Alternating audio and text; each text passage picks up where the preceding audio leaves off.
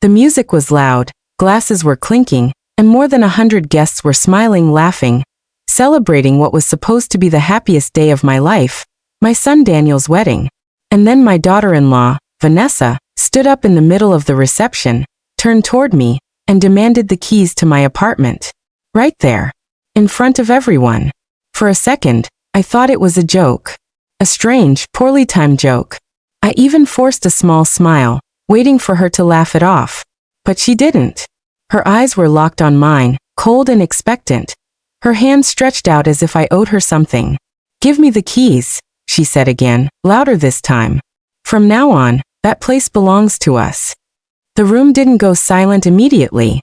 It happened slowly, like a wave pulling sound away. Conversations faded.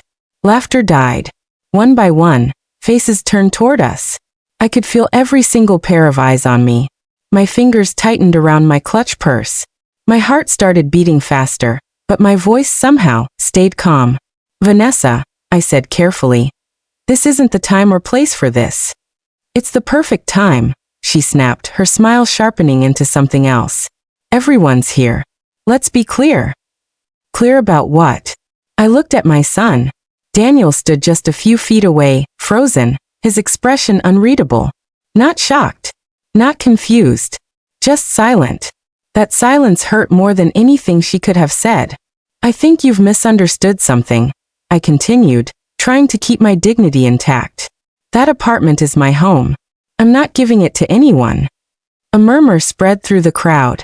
Vanessa let out a short laugh, the kind that wasn't really laughter at all. "Oh, come on," she said, tilting her head. "Don't act like you didn't know this was coming. Daniel told me everything." My stomach dropped. "Told you what?" I asked, my voice quieter now. "That you'd eventually step aside," she replied smoothly. "That once we got married, you'd do the right thing and hand over the apartment. It's only fair. We're starting a new life." I turned back to Daniel, searching his face for denial, for anything. He avoided my eyes. And in that moment, something inside me cracked. "I never said that," I said firmly. "Not to you. Not to anyone." Vanessa's expression hardened. "Then you're changing your mind now?" "No. Iraplia. I'm telling you the truth." The tension in the room thickened. Guests shifted uncomfortably. Someone whispered. Someone else stood up as if ready to intervene, but no one actually did. Vanessa took a step closer to me. "Let me make this simple," she said, her voice dropping low enough that only the nearest people could hear. But the room was so quiet it carried anyway. "We need that apartment. You don't." I felt my chest tighten. "I built my life in that home," I said. "It's not something I can just hand over because you demand it." Her jaw clenched. "Demand?" she repeated louder now. "I'm your family now. Or does that not mean anything to you?" "Family." That word felt hollow in her mouth. "Family doesn't take by force," I said quietly. And that's when it happened. Before I could react, before I could even finish processing the look in her eyes, her hand came up and struck my face. Hard. The sound echoed through the hall, sharp and undeniable. My head turned to the side from the impact.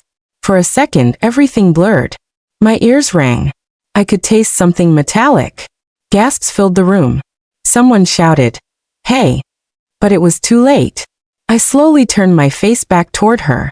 Vanessa stood there, breathing heavily, her chest rising and falling, her hand still slightly raised as if she couldn't believe she'd actually done it. Or maybe as if she didn't regret it at all. I looked at Daniel. He still hadn't moved. Not a single step toward me. Not a single word in my defense. Just silence. That silence said everything. Tears burned behind my eyes, but I refused to let them fall. Not here. Not in front of all these people. Not in front of her. Without saying another word, I bent down, picked up my purse from the table, and straightened my dress. Every movement felt deliberate, controlled that I wasn't going to give them the satisfaction of seeing me break. The room parted as I walked. Guests stepped aside, some avoiding my gaze, others watching with sympathy, curiosity, even discomfort. No one stopped me. No one spoke. I walked all the way out of the hall, past the bright lights, past the music that had now completely stopped, and into the quiet corridor outside. The door closed behind me with a soft click. And just like that, the noise was gone. The silence hit me harder than the slap. For a moment, I just stood there, breathing, trying to steady myself. My hand trembled as I reached into my purse and pulled out my phone. I stared at the screen for a few seconds. One name. That was all it took. I pressed call. It rang once, twice. Then a calm, familiar voice answered. I was wondering when you'd call. I swallowed, my throat tight. It's time, I said. There was a brief pause on the other end, not of hesitation, but of understanding. Are you sure? He asked. I closed my eyes for a second. The image of Daniel standing there doing nothing flashing in my mind. I've never been more sure, I replied. All right, he said. Give me 30 minutes. The call ended. I lowered the phone slowly, my heart pounding. Not with fear this time, but with something else. Resolve. I walked over to a nearby chair and sat down, my back straight, my hands resting in my lap. Inside the hall, I could faintly hear the noise starting to return. Confused voices. Uneasy laughter. Attempts to continue the celebration as if nothing had happened. But something had happened. Something they couldn't undo. I glanced at the clock on the wall. 30 minutes. That's all it would take. And when those 30 minutes were over, everything they thought they knew, everything they thought they could take from me, would change. I sat there waiting. Not as a victim, but as someone who had finally decided she was done being silent. Where are you listening from? Comment below. Enjoying the story? Subscribe for more. Where are you listening from? Comment below. The hallway felt colder than it had just minutes ago, or maybe it was just me. My cheeks still burned where Vanessa's hand had struck me. A sharp reminder of what had just happened inside that hall. I didn't touch it. I didn't want to soften the feeling. I wanted to remember it exactly as it was. Because that moment, that humiliation, it had changed something in me. For years, I had been patient, careful, giving. I had told myself that love meant sacrifice, that family meant compromise. I had ignored small signs, quiet disrespect, the subtle way Vanessa would speak to me as if I were already in her way. And Daniel. I closed my eyes for a second. Daniel hadn't always been like this. There was a time when he would run to me with scraped knees, when he would call me late at night just to hear my voice, when he promised me, more than once, that no matter who came into his life, I would always come first. I believed him. Maybe that was my mistake. The sound of the reception doors opening pulled me back to the present. I looked up as a couple of guests stepped out into the hallway. They saw me sitting there and immediately lowered their voices, whispering to each other. One of them gave me a small, awkward smile. Are you okay? She asked gently. I returned a polite nod. I've fine. It was the kind of answer people give when they don't want questions. She hesitated, then said, That was unexpected. Unexpected. That was one way to put it. I suppose it was, I replied calmly. They didn't stay long. No one wanted to be caught in the middle of something like this. Weddings were supposed to be about joy, not confrontation. People come for celebration, not truth. The door closed again, and I was alone. I checked the time. 23 minutes left. I leaned back slightly in the chair, letting my thoughts drift, not into sadness but into clarity. Vanessa thought she had power because she had Daniel. Daniel thought he had power because he assumed I would never stand up to him. They were both wrong. Another 10 minutes passed. The hallway grew quieter. Fewer people came in and out now. Whatever was happening inside, it wasn't the lively celebration it had been before. Good. Let them feel the discomfort. Let them sit in the consequences of what they allowed to happen. At some point, I heard footsteps approaching quickly. I looked up to see Daniel stepping into the hallway. For a brief moment, our eyes met. There was something there, unease, maybe even guilt, but it wasn't enough. Not nearly enough. Mom, he said, running a hand through his hair. What are you doing out here? I studied his face carefully. What does it look like I'm doing? I replied. He sighed, glancing back toward the door as if he didn't want to be away from the reception for too long. Look, things got out of hand, he said. Vanessa didn't mean to. Didn't mean to what? I cut in. Didn't mean to slap me? Or didn't mean to do it in front of everyone. He flinched slightly. That's not fair, he said. I let out a quiet breath. No, Daniel, I said softly. What's not fair is standing there while your wife hits your mother and saying nothing. He looked away. That told me everything I needed to know. She's under a lot of stress, he muttered. Weddings are intense. Emotions run high. I almost laughed. Stress doesn't create character, Daniel, I said. It reveals it. He didn't respond. For a few seconds, there was just silence between us. Then he shifted uncomfortably. About the apartment, he started. I held up a hand. No, I said firmly. We're not doing this again. His jaw tightened. We need a place, he said. Rent is expensive. It just makes sense for you to help us. I have helped you, I replied.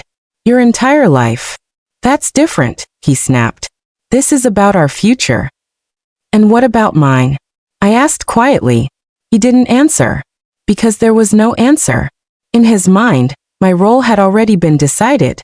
I was supposed to step aside to make space, to give up what was mine so he could build something of his own. But that's not how life works. You're being stubborn, he said after a moment. I looked at him steadily. And you're being ungrateful, I replied. The words hung in the air between us. He exhaled sharply, clearly frustrated. Fine, he said. If you're going to make this difficult, don't expect things to be the same after tonight. I tilted my head slightly. They already aren't, I said. That hit him harder than anything else I had said. For a second, he looked like he wanted to argue more, to push, to demand, but something stopped him. Maybe it was the way I was sitting there, completely calm. Maybe it was the fact that, for the first time, I wasn't backing down. Whatever, he muttered. And just like that, he turned and walked back into the hall. I watched the door close behind him. 18 minutes left. I felt lighter. Not happier. Not relieved. Just clearer. There's a certain kind of peace that comes when you finally stop pretending. When you stop hoping people will change and start seeing them for exactly who they are. I reached into my purse again, not for my phone this time, but for a small compact mirror. I opened it and looked at my reflection. The mark on my cheek was faint but visible. I traced it lightly with my finger. This ends today, I whispered to myself. I closed the mirror and put it away. More time passed. The sounds from inside the hall shifted again. Less music now, more talking. The kind of restless, uncertain energy that spreads when something isn't right. 10 minutes left. I stood up slowly, smoothing out my dress. My legs felt steady. My heart felt steady. Everything about me felt ready. 5 minutes. I walked toward the doors but didn't go in. Instead, I stood just to the side, out of direct view, waiting. 3 minutes. 2. 1. Right on time I heard it. The sound of the main entrance doors opening from the far end of the hall. Even from where I stood, I could feel the shift. Voices lowered. Movement slowed. Attention turned. I didn't need to see it yet to know. He was here. I took a small breath, straightened my shoulders, and then stepped forward, ready to walk back inside. Because whatever happened next was going to change everything. Enjoying the story? Subscribe for more. Where are you listening from? Comment below. I pushed the door open slowly and stepped back into the hall. The first thing I noticed wasn't the music, because there wasn't any. It wasn't the decorations or the guests, or even Daniel and Vanessa standing near the center of the room. It was him, standing near the entrance. Tall, composed, dressed in a dark suit that fit him perfectly. His presence alone had silenced a room of over 100 people without him saying a single word. Every eye was on him.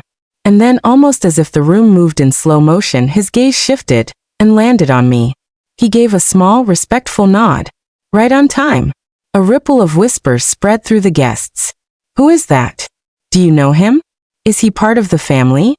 I walked forward, my heels clicking softly against the floor, each step steady and deliberate. The closer I got, the more I could see the confusion on people's faces, and something else. Recognition. Not from everyone, but from the right people. Daniel saw him next. At first he frowned slightly, trying to place him. Then his expression changed. His face drained of color so quickly it was almost frightening. Vanessa followed his gaze, her confident posture still intact, until she saw the man clearly. Her lips parted slightly. "No," she whispered under her breath. That one word told me everything. Good. They knew exactly who he was. I stopped a few steps away from him. For a brief moment, neither of us spoke. We didn't need to. Then he turned slightly, addressing the room with a calm authority that carried effortlessly. "Good evening," he said. His voice wasn't loud, but it didn't need to be. It cut through the silence with precision. "I apologize for the interruption," he continued. "But there are matters that need to be addressed immediately." A few guests exchanged uneasy looks. Someone near the back tried to laugh it off. "Is this part of the wedding or something?" No one else laughed, because deep down, everyone could feel it. This wasn't part of the celebration. This was something else entirely. I turned my head slightly toward Daniel and Vanessa. They hadn't moved. Daniel looked like he wanted to say something, but no words came out. Vanessa, on the other hand, was trying to hold herself together. I could see it in the way her shoulders were squared, the way her chin was slightly lifted. But her eyes betrayed her. Fear. "Who is this?" one of Vanessa's relatives finally asked, stepping forward cautiously. The man didn't look at them.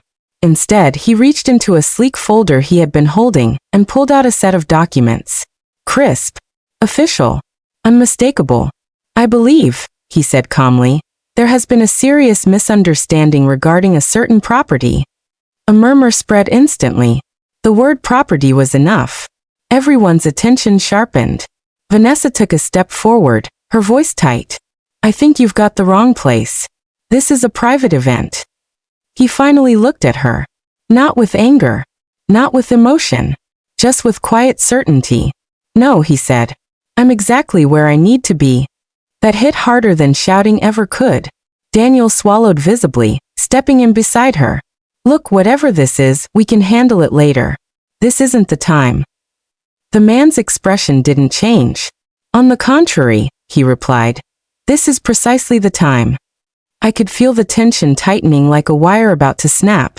Vanessa crossed her arms, trying to regain control.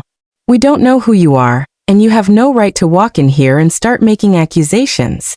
For a brief second, the man was silent. Then he held up the documents slightly. "My name," he said, "is Michael Carter." A few people in the crowd reacted immediately.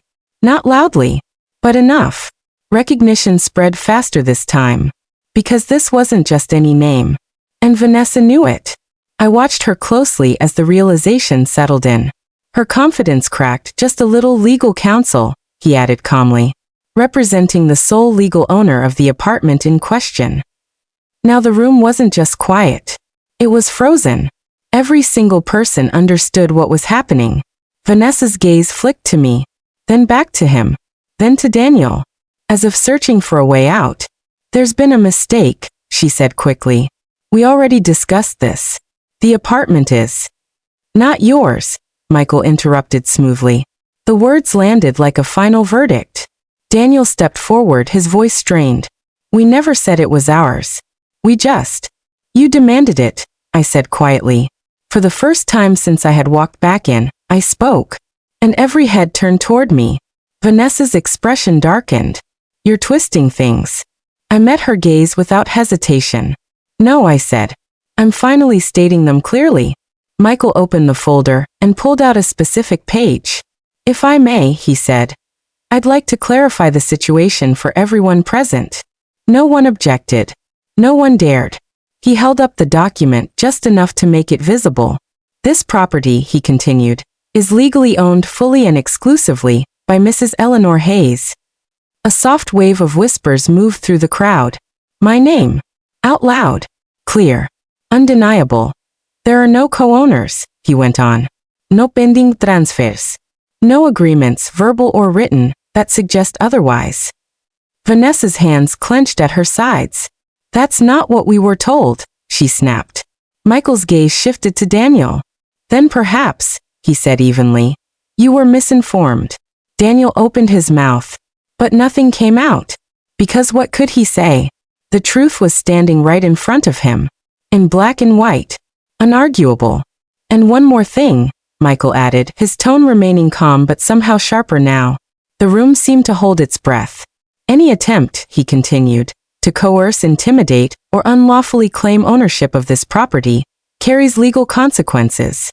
That was it. That was the moment everything shifted. Vanessa's composure shattered completely. You can't be serious, she said, her voice rising. This is ridiculous. We're family. Michael didn't react. Family, he said, does not override the law. Silence. Heavy. Absolute. I looked at Daniel. Really looked at him. The boy I had raised. The man standing in front of me now. And for the first time, I saw the distance between those two people clearly. Vanessa took a shaky step back. Her eyes filled with tears, but whether they were from anger, fear, or humiliation, I couldn't tell. Daniel ran a hand over his face, his entire posture collapsing under the weight of what was happening. Around them, guests stood frozen. Some shocked. Some uncomfortable. Some quietly judging. The celebration was gone. Completely. Replaced by truth. Raw and unavoidable. I took a slow step forward. Not toward Michael. Not toward the documents. But toward them. Because this wasn't just about an apartment anymore. This was about everything that had led to this moment. And it wasn't over yet. Enjoying the story? Subscribe for more. Where are you listening from? Comment below. I stood there, just a few steps away from them, feeling the weight of 100 eyes shifting between us. The room had changed completely. Just an hour ago, it had been filled with laughter, music, and celebration. Now it felt like a courtroom. And everyone was waiting for the final verdict. Daniel finally looked at me again, really looked this time. There was no avoidance left in his eyes. No excuses ready to come out. Just panic. Mom, he started, his voice unsteady. We didn't mean for it to go this far. I tilted my head slightly. How far did you mean for it to go? I asked. He didn't answer. Because there was no safe answer to that question. Vanessa, however, wasn't ready to give up. She stepped forward again, even though her confidence was clearly shaken now. This is being blown out of proportion, she said, trying to steady her voice. We asked for help. That's all. I let out a quiet breath. You didn't ask, I replied calmly. You demanded. Her jaw tightened. That's your interpretation, she shot back. I shook my head slowly. No, I said. That's what happened. For a brief moment, it looked like she might argue again. But then she glanced around the room. And that's when it hit her. The audience. All those people who had been on her side just minutes ago, smiling, celebrating her wedding. Now they were watching. Judging. Whispering. The shift in power was undeniable. Michael remained standing beside me, silent now, allowing the moment to unfold. He didn't need to say anything else. The truth had already been delivered. Daniel took a step closer to me. Can we talk about this privately? He asked, his voice lower now, almost pleading. I looked at him for a long second. No, I said. That word landed harder than anything else. His expression fell. Why not? He asked. Because nothing about what you did was private, I replied. You made sure of that. A few guests shifted uncomfortably. Someone coughed. No one interrupted. Vanessa crossed her arms tightly, clearly losing control of the situation. You're embarrassing us, she said, her voice sharp but weaker than before. I met her gaze directly. You embarrassed yourself, I said. The moment you raised your hand. That silenced her. Completely. For the first time since this all started, she had no immediate response. Daniel ran his hands through his hair again, pacing a small step before stopping. This is crazy, he muttered. It's just an apartment. I felt something inside me go very still. Is it?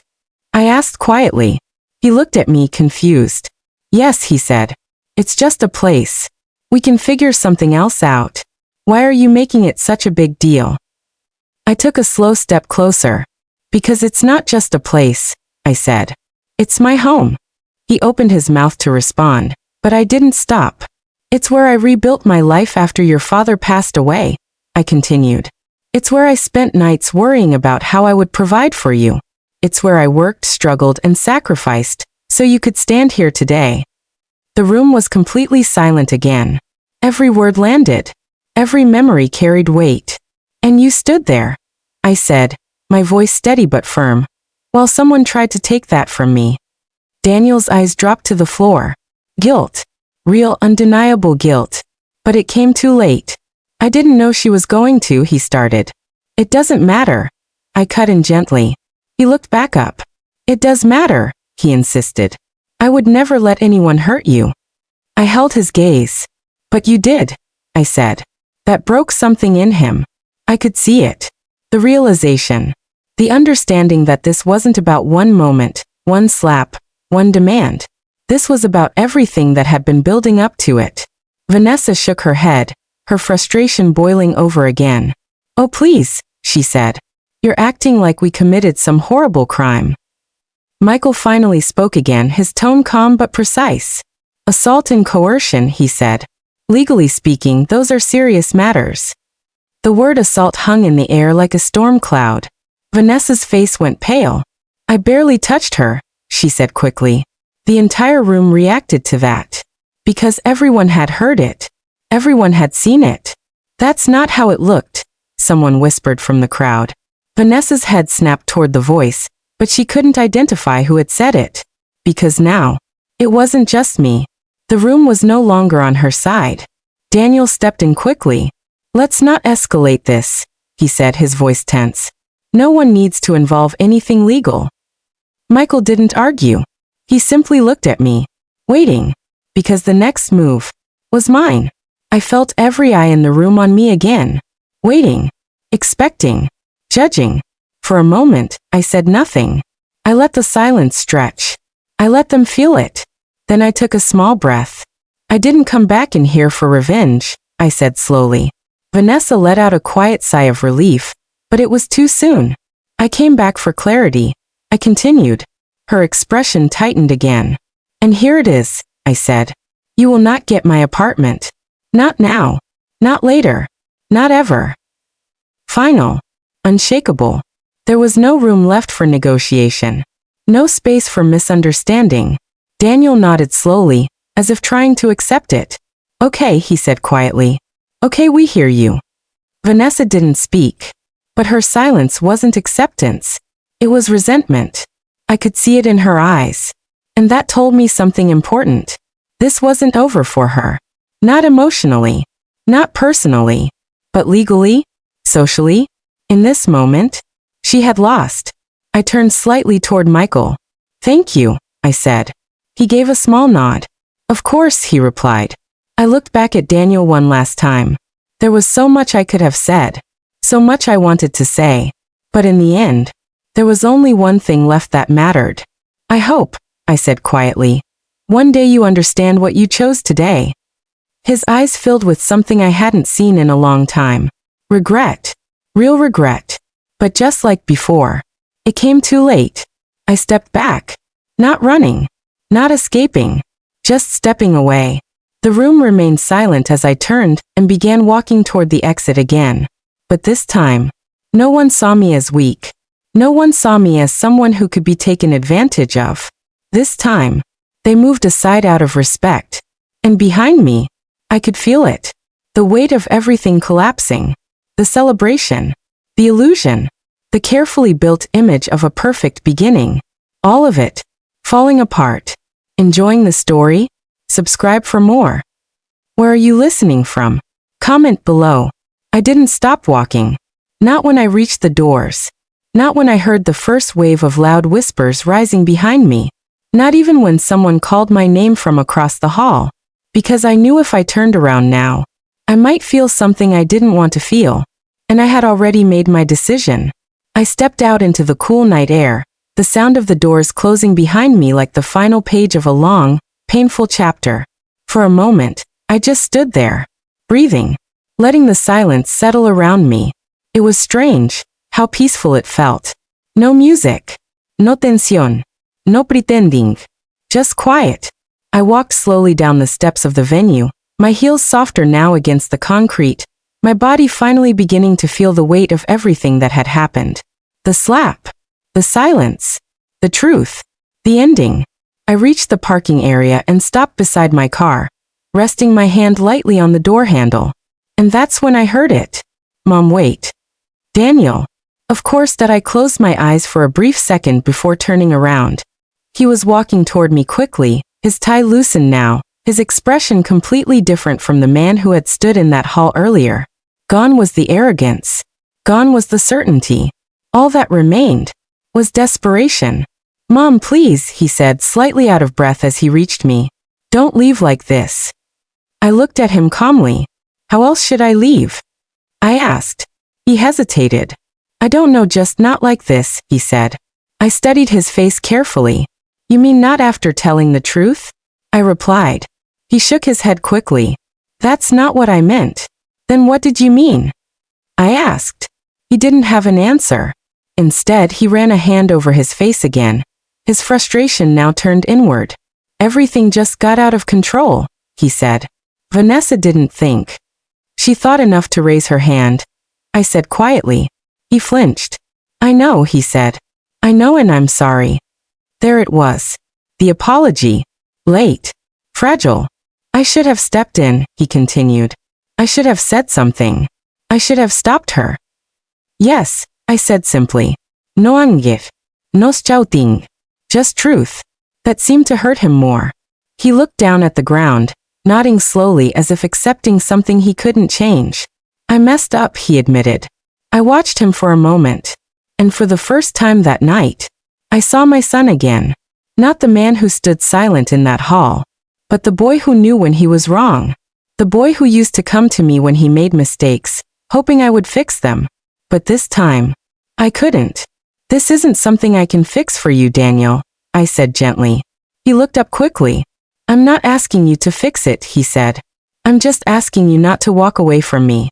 I let that sink in, because that's what this felt like to him. Me leaving. Me choosing distance. But that wasn't the full truth. I'm not walking away from you, I said. I'm walking away from what you allowed to happen. He swallowed hard. That's the same thing, he said quietly. No. Iraplia. It's not. A long silence stretched between us. The night air felt heavier now. I can make this right, he said suddenly. I'll talk to Vanessa. I'll fix everything. We'll apologize properly. We'll. You can't undo what happened, I interrupted softly. His words stopped. You can't go back and stand up for me in that moment, I continued. You can't erase the way you looked at the floor while someone disrespected me. He closed his eyes briefly. I know, he whispered. And that's something you're going to have to live with, I said. He nodded slowly. I will, he said. If that's what it takes. I could hear the sincerity in his voice. And that made this harder. Because it would have been easier if he didn't care. If he stayed cold. If he stayed distant. But he didn't. Not anymore. Come back inside, he said after a moment. Please. People are asking questions. We can still save tonight. I looked at him for a long second. Save what? I asked. He didn't respond. Because deep down, he knew. There was nothing left to save. The image of a perfect wedding? Gone. The illusion of a united family? Broken. The trust between us? Damaged. I'm not going back in there, I said calmly. His shoulders dropped slightly. Then at least let me come with you, he said. That surprised me. What about your wedding? I asked. He let out a quiet, almost bitter laugh. I don't even know what that is anymore, he admitted. That answer said more than anything else he could have said. For a moment, neither of us spoke. The weight of everything hung between us. Then I reached into my purse and pulled out my keys. The same keys that had started all of this. I held them in my hand for a second, then looked at him. These, I said, were never just about a place to live. He nodded. I understand that now, he said. I stepped closer and placed the keys back into my purse. Not giving them. Not offering them. Just reminding him. They represent everything I built, I said. Everything I protected. Everything I refused to let go of, even when it would have been easier. He watched me silently. I'm not asking you to choose me over your wife, I continued. That's not what this is about. Then what is it about? He asked. It's about respect, I said. And tonight there was none. He lowered his head again. I'll earn it back, he said quietly. I didn't respond right away. Because earning something like that takes time. Real time. Not words. Not promises. Just consistent actions. I hope you do, I said finally. Then I opened my car door. Mom, he said one last time. I paused. But I didn't turn around. Take care of yourself, he added. I nodded slightly. You too, I replied. And then I got into the car. As I closed the door, I saw him standing there through the window. Still. Watching. Alone. For a brief second, I felt something pull at my chest. But I didn't let it stop me. I started the engine. And as I drove away, I didn't look back. Because some endings are meant to stay behind you. Enjoying the story? Subscribe for more. Where are you listening from? Comment below. The road ahead was quiet. Streetlights passed one by one, their soft glow sliding across the windshield as I drove with steady hands. My reflection in the glass looked different somehow. Not older, not tired, just clearer. For years, I had lived with a constant noise in my mind. Worry. Responsibility. The silent pressure of always being the one who held everything together. Tonight, for the first time in a long time, that noise was gone. There was only stillness. I didn't rush. I didn't turn on the radio. I just let the silence sit with me, letting everything that had happened settle into place. It wasn't relief. It wasn't happiness. But it was something close to peace. When I finally pulled into the driveway of my apartment building, I sat in the car for a moment before stepping out. My apartment. My home. The same place that had become the center of everything tonight. I looked up at the windows, the familiar shape of the building standing quietly under the night sky. No noise. No demands. No expectations. Just mine. I stepped out of the car and walked inside, the sound of my heels echoing softly in the empty hallway. When I reached my door, I paused for a second, my hand resting on the lock. Then I took out my keys. The same keys. The ones that had been demanded from me, as if they were nothing. I slid one into the lock and turned it. The door opened with a soft click. And as I stepped inside, a calm warmth wrapped around me. Everything was exactly where I had left it. The couch. The lamp by the window. The small table with old photographs. Daniel as a child, smiling, missing his front teeth. Holding my hand tightly. I walked over to that table and picked up the frame. For a long moment, I just looked at it. That little boy. He had trusted me with everything. And I had given him everything I had. I gently placed the frame back down. Where did we lose our way? I whispered softly. There was no answer. And maybe there didn't need to be. Some questions don't come with clear explanations. They just exist as part of the story. I moved slowly through the apartment, turning on a light here, adjusting something there, reconnecting with the space in a way that felt deeper than before. Because tonight had changed something. Not the apartment itself, but what it meant. It wasn't just a home anymore. It was a boundary, a line that had finally been drawn. I walked into the kitchen, poured myself a glass of water, and leaned lightly against the counter.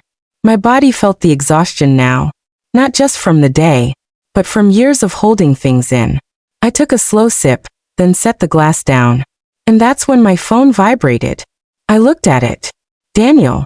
For a second, I just stared at the screen. Then it stopped. A message replaced the call. I'm sorry. I really am. I read it once. Then again. My fingers hovered over the screen, but I didn't type anything. Not yet. Because some words need time. Real time. Not quick replies sent in the middle of emotions. I set the phone down on the counter. If he meant it, he would show it. Not tonight. Not tomorrow. But over time.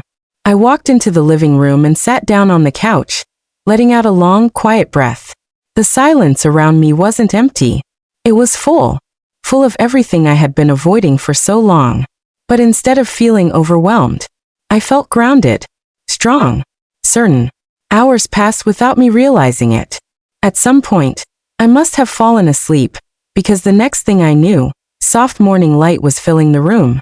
I opened my eyes slowly. For a second, I forgot everything. Then it came back. Not as a shock. Not as pain. Just as truth. I sat up, stretching slightly, and looked around. Nothing had changed. And yet, everything had. My phone buzzed again. More messages. Some from unknown numbers. Guests from the wedding, I assumed. Some from relatives. And one more from Daniel. We canceled the rest of the reception. I read that line carefully. So it was over. Not just the night, but the illusion they had tried to hold together after everything fell apart. Another message followed. I don't know what happens next, but I want to fix this. If you'll let me. I set the phone down again. He still didn't understand. Fixing this wasn't about one conversation, one apology. It was about change. Real change. And that takes time. I stood up and walked toward the window, pulling the curtain slightly to let more light in. The city was already awake. People moving. Cars passing. Life continuing. Just like it always does. No matter what happens, life moves forward. I took a deep breath and let it out slowly. Then I picked up my phone again. This time I typed, "Take the time to understand what went wrong. Not just what happened, but why it happened." I paused. Then added, "When you figure that out, we'll talk." I stared at the message for a second, then sent it. No angef. No blam. Just truth. I placed the phone down and looked around my apartment one more time. My space. My rules. My peace. And for the first time in a long time, I didn't feel like I was holding everything together for everyone else. I was finally holding something for myself. I walked over to the door, picked up my bag, and prepared to step out into a new day. Not as someone who had lost something, but as someone who had finally reclaimed it. And this time, I wasn't going to let anyone take it away again. Wow, what an intense story. If you enjoyed this video and want to see more shocking real-life drama, make sure to hit the subscribe button and turn on notifications so you never miss an update. Don't forget to like this video if it kept you on the edge of your seat. And I really want to hear from you. Tell me in the comments which part shocked you the most, and let us know which country you are watching from. Share this video with your friends and family if you think they would be amazed by this story. Thank you so much for watching, and I'll see you in the next video.